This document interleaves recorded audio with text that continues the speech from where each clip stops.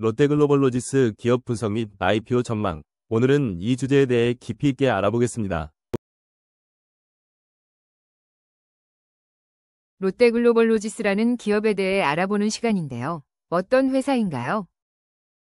네, 롯데글로벌로지스는 롯데그룹의 핵심 물류 계열사입니다. 택배 서비스부터 시작해서 공급망 관리 컨설팅, 국제운송, 포워딩, 항만하역까지 말 그대로 종합 물류 서비스를 제공하는 기업이죠.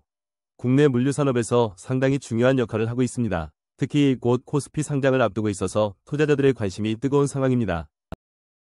롯데글로벌로지스가 구체적으로 어떤 사업들을 하고 있는지 궁금합니다.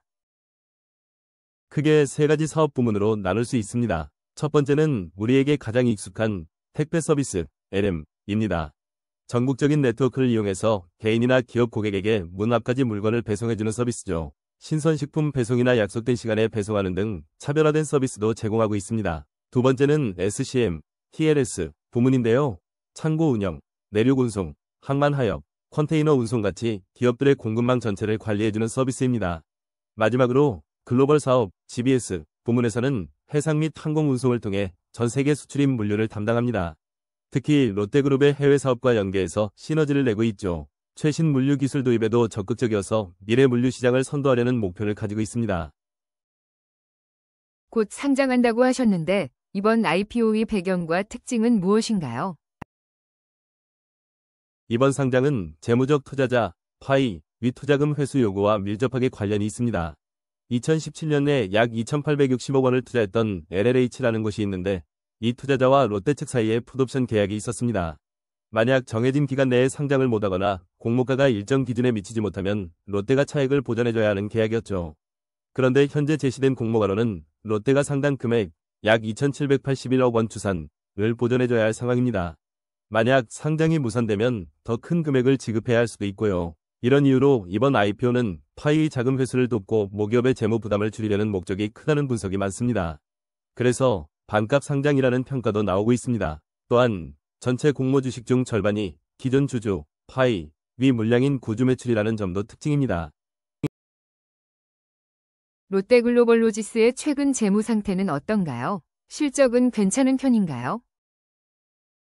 최근 재무 상태를 보면 조금 복합적입니다. 매출액은 2022년에 4조 원에 육박했지만 이후 2년 연속 소폭 감소했습니다. 코로나 특수 종료나 경쟁 심화, 그룹 계열사 실적 부진 등이 원인으로 분석됩니다.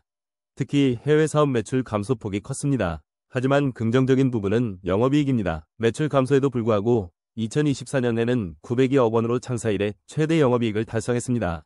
단기순이익도 크게 늘었고요. 이는 인프라 투자와 자동화 설비 도입을 통한 운영 효율화, 원가 개선 노력 덕분으로 보입니다. 다만 부채 비율이 약 341%로 상당히 높은 편인데 이 부분은 재무적인 부담 요인으로 작용할 수 있습니다.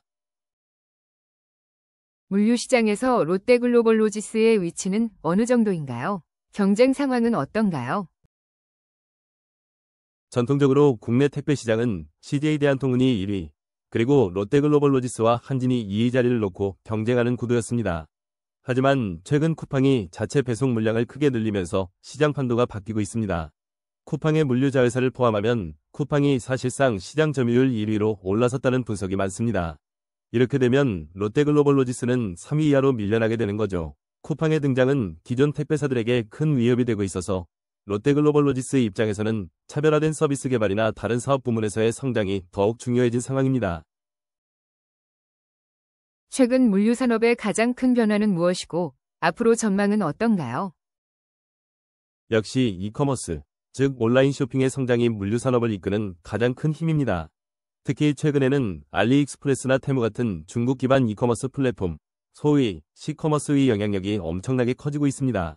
이로 인해 국경 간 전자상거래 물동량이 폭발적으로 늘어나고 있죠. 국내 택배사들에게는 엄청난 물량 처리 기회이면서 동시에 가격 경쟁 심화, 서비스 품질 요구 증대라는 과제를 안겨주고 있습니다. 롯데글로벌로지스도 이런 시커머스 물량 처리에 적극적으로 나서고 있습니다. 또한 빠른 배송인 퀵커머스나 신선식품 배송 같은 전문 분야의 성장도 콜드체인 같은 고도화된 물류 역량을 요구하는 추세입니다. 이런 상황에서 롯데글로벌로지스는 어떤 성장 전략을 가지고 있나요?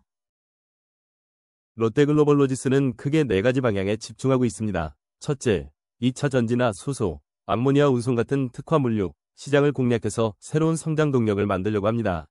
그룹 계열사와의 시너지도 기대하고 있죠. 둘째, 베트남, 동유럽, 북미 등 글로벌 사업 확장을 통해 해외 시장 성장을 모색하고 있습니다. 셋째, 롯데그룹 계열사로부터 나오는 안정적인 물량을 기반으로 그룹의 신사업, 예를 들면 온라인 신선식품 유통, 롯데 이그로서리과 연계해 그룹 시너지를 강화할 계획입니다. 마지막으로 진천 메가허브터미널 같은 자동화 인프라 투자와 IT 시스템 고도화를 통해 운영 효율성을 높여 수익성을 개선하려는 노력을 계속하고 있습니다. 종합적으로 봤을 때 롯데글로벌로지스에 대한 투자 매력도는 어떻게 평가할 수 있을까요? 롯데글로벌로지스는 최근 수익성이 개선되고 있고 특화 물류나 그룹 시너지를 활용한 성장 전략이 명확하다는 점은 긍정적입니다. 하지만 부채 비율이 높고 쿠팡 등과의 경쟁이 매우 치열하며 매출 성장이 정체된 상태입니다.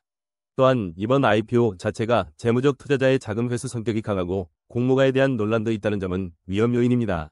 공모가가 예상보다 낮게 책정된 것은 투자 매력을 높일 수도 있지만 이것이 기업 본질 가치보다는 특수한 상황 때문이라는 점을 고려해야 합니다. 결국 회사가 제시한 성장 전략들을 성공적으로 실행해서 수익성을 계속 개선하고 재무 부담을 관리하며 경쟁 우위를 확보할 수 있을지가 투자 매력도를 결정하는 핵심이 될 것입니다. 이상으로 설명을 마치겠습니다. 시청해주셔서 감사합니다.